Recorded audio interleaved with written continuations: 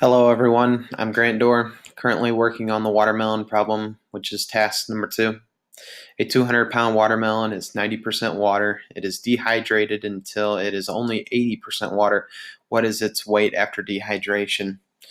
It took a while for me to start breaking this problem down, but eventually what I realized is there's really two parts to the watermelon. There is the water part, and there is the non-water part, which is basically everything else other than the water.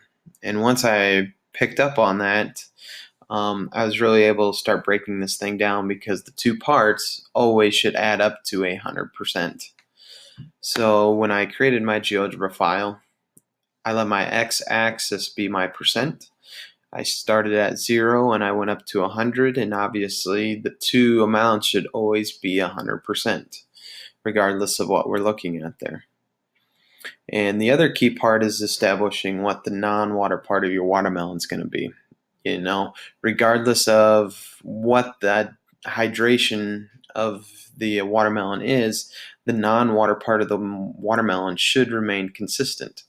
And if we have 90% of 200, that would tell us that 180 pounds is water, leaving us with 20 pounds of everything else. So non-part of the watermelon being 20 pounds. And once I found the 20 pounds, this problem became a little bit easier for me.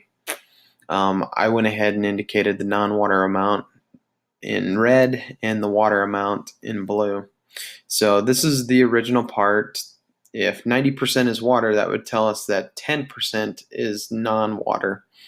And what I did was I created these blocks so that they always remain the same amount. So if this was 10, that would indicate to me that I have 10 of these blocks, each of them being 20 pounds. Therefore, there's your 200 pounds. So now if I want it to be 80% water, that would tell us that 20% of it would be non-water.